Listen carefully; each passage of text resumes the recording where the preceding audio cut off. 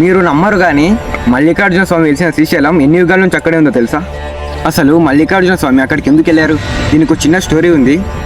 అదేంటంటే వినాయకుడికి సుబ్రహ్మణ్య స్వామికి ముల్లోకలు తిరిగి రమ్మని ఒక పోటీ పెడతారు.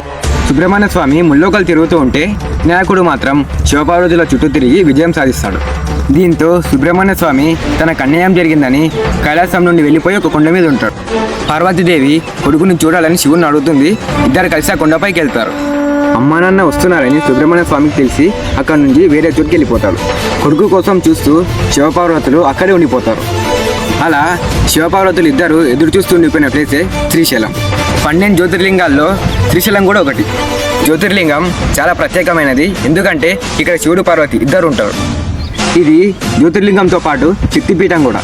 అమ్మవారి శరీర భాగాలు తెగి భూమి మీద 51 చోట్లలో పడతాయి. అవే ఇప్పుడు శక్తిపీఠాలుగా ఉన్నాయి.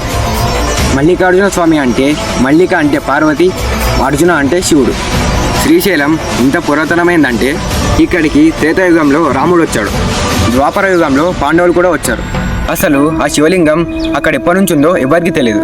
ఇంకా ఇండియాలో ఉన్న 12 జ్యోతిర్లింగాల గురించి తెలుసుకోవాలంటే నన్ను సబ్స్క్రైబ్ చేసుకోండి.